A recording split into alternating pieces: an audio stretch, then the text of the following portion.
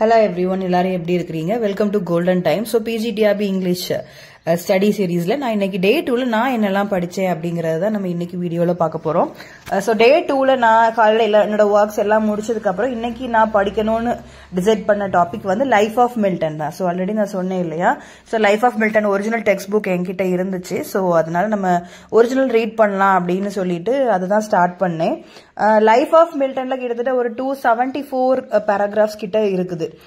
So each and every paragraph, சில paragraph சின்னதா இருக்கு, சில பேராகிராஃப் பெருசா இருக்குது.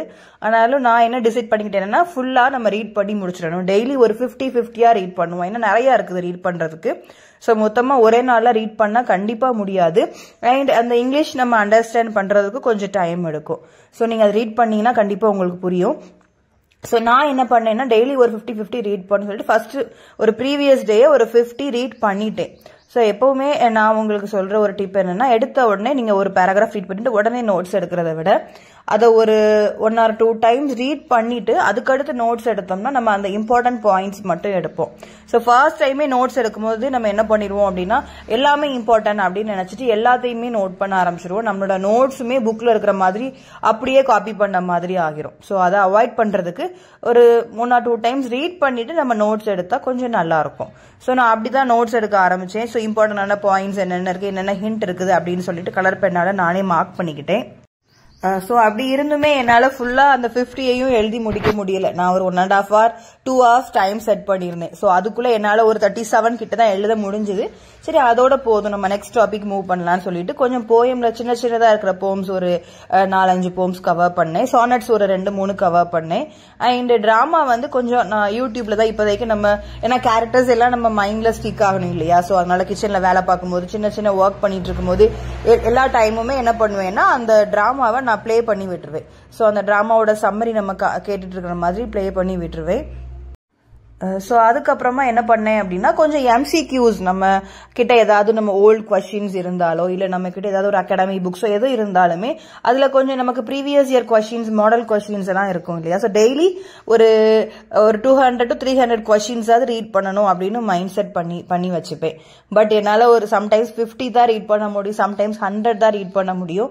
ஆனாலும் என்னோட மைண்ட் செட் படி நம்ம 200 to 300 ரீட் பண்ணணும் அப்படின்னு மைண்ட் செட் பண்ணிப்பேன். ஆனா ஒவ்வொரு கொஸ்டினையுமே ஒரு 10 கொஸ்டின் ரீட் பண்ணாலும் பொறுமையா உட்காந்து அதுல இருக்கிற எல்லா ஆப்ஷன்ஸையுமே பார்த்து இதுல இருந்து என்னென்ன கொஸ்டின்ஸ் கேட்கலாம் அப்படிங்கறத கொஞ்சம் யோசிச்சுப்பேன். லைஃப் ஆஃப் மில்டன்ல நான் எடுத்த நோட்ஸையுமே கண்டிப்பா நான் உங்களுக்கு ஒரு சின்ன வீடியோவா நான் இதுக்கு அடுத்து நான் அப்லோட் பண்றேன். அண்ட் அது போக எந்தெந்த டாபிக்ஸ்ல இருந்து உங்களுக்கு கொஸ்டின்ஸ் எதுவும் அப்லோட் பண்ணணும் அப்படின்னு சொன்னீங்கன்னா கண்டிப்பா நான் அதையும் ப்ரிப்பேர் பண்ணி நான் அப்லோட் பண்றேன். ஸோ எல்லாரும் கண்டிப்பா நல்லா படிங்க. அண்ட் உங்களோட டைமை ஸ்கெடியூல் பண்ணிக்கோங்க. டெய்லி ஒரு 5 to 7 hours ஆவது படிக்கணும் அப்படிங்கிற மாதிரி நான் ஒர்க்கிங் பீப்புள் எல்லாருமே நீங்க அந்த மாதிரி ஸ்கெடியூல் பண்ணிக்கோங்க. ஒர்க்கிங் பீப்புள் எல்லாரும் நீங்க உங்களுக்கு எப்பப்ப டைம் கிடைக்குதோ ஸோ அந்த டைம் எல்லாம் பேலன்ஸ் பண்ணி கண்டிப்பா நல்லா ப்ரிப்பேர் பண்ணுங்க. சோ இந்த டைம் நம்ம கண்டிப்பா நம்ம ஜாப் வாங்கிடணும் அப்படிங்கிற ஒரு நம்ம கோலோட இருந்தோம்னா கண்டிப்பா நம்மளாலையும் அச்சீவ் பண்ண முடியும். சோ இவ்வளவு நாளா நம்ம படிச்சுட்டே இருக்கிறோமே, 5 years 6 years நம்ம வெயிட் பண்ணிட்டே இருக்கிறோமே, இன்னுமே நம்ம வேலைக்கு போகலையா அப்படின்னு எல்லாருமே நம்மளை பார்த்து கேட்டுட்டே தான் இருப்பாங்க. சோ அவங்க யாருக்குமே நம்ம எந்த பதிலுமே சொல்ல வேண்டாம். நம்மளோட கன்சிஸ்டன்சி கண்டிப்பா ஒரு நாள் நமக்கு அதுக்கான ரிசல்ட்டை கொண்டு வந்து கொடுக்கும் இல்லையா. அண்ட் எப்பவுமே ஒரு டெக்ஸ்ட்டை ப்ரிப்பேர் பண்ணும்போது அதுல என்னென்ன பாயிண்ட்ஸ் வருதோ அது எல்லாத்தையுமே நீங்க ஒவ்வொரு லைன் பை லைன் நீங்க கண்டிப்பா ரீட் பண்ணுங்க. சில வேர்ட் புரியாம இருக்குன்னா உடனே நம்ம கூகுள் எடுத்து நீங்க அதுக்கு டிக்ஷனரி மீனிங் என்னன்னு உடனே அதுக்கு மீனிங் போட்டு பாருங்க. பிகாஸ் நமக்கு சம்டைம்ஸ் கொஸ்டின் கேட்கும் போது என்ன பண்ணுவாங்கன்னா, அந்த ஆத்தர் சொன்ன அந்த டேர்ம் அவங்க என்ன வேர்ட் யூஸ் பண்ணாங்களோ கண்டிப்பா அந்த வேர்டை வச்சு கொஸ்டின் கண்டிப்பா இருக்கும். அண்ட் அது போல அதுல என்னென்ன நேம்ஸ் இருக்குதோ எல்லா நேம்ஸையுமே நோட் பண்ணி வைங்க. மைனர் நேம்ஸா இருந்தாலும் அவங்களையுமே நம்ம நோட் பண்ணி வச்சுக்கிறது ரொம்ப நல்லது. கண்டிப்பா அந்த மாதிரி கொஸ்டின்ஸ் கேட்பாங்க. சோ அது போல ஒரு போம் ரீட் பண்ணும் போதுமே அதுல இருக்கிற அந்த போமை ஃபர்ஸ்ட் ஒரு 2-3 டைம்ஸ் ரீட் பண்ணுங்க. அதுக்கப்புறமா அதுல இருக்கிற ஈச் அண்ட் எவ்ரி வேர்டுக்கும் நம்ம மீனிங் பார்க்கணும்.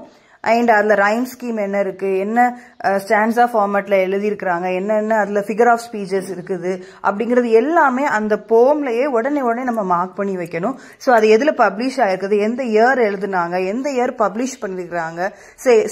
நிறைய புக்ஸுக்கு எழுதின இயர் ஒன்னா இருக்கும், பப்ளிஷ் பண்ண இயர் ஒன்னா இருக்கும்.